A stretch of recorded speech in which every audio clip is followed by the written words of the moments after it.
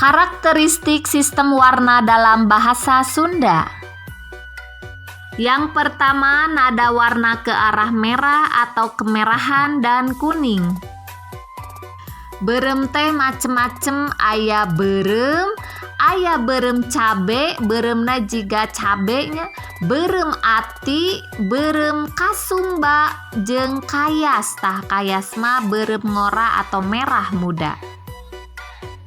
Tah nuka koneng-konengan nyaeta aya warna gedang asak, gading, koneng koleas, dan koneng enai. Koneng enai teh koneng pisan gitu nya.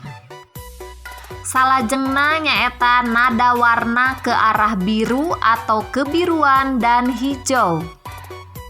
Aya hejo, hejo pucuk daun, hejo lukut, hejo ngagedod, aya hejo paul. Tah hejo paul teh upami ningali hejo kebiru-biruannya dari kejauhan, hejo paul. Nukatilu nyaeta nada warna yang tidak termasuk ke dalam dua kelompok terdahulu. Warna bodas, hideng, borontok, coklat kopi atau pulas kopi atau kopi tutung. Aya deui tambihan nyaeta perak nyaeta silver, hawuk, abu-abu, geuneuk, abu tua, belang nyaeta kombinasi dua warna atau lebih. Terus aya deui totol-totol nyaeta polkadot, carambang, rengge, sareng bulu hiris. Nah, itulah nama-nama warna dalam bahasa Sunda.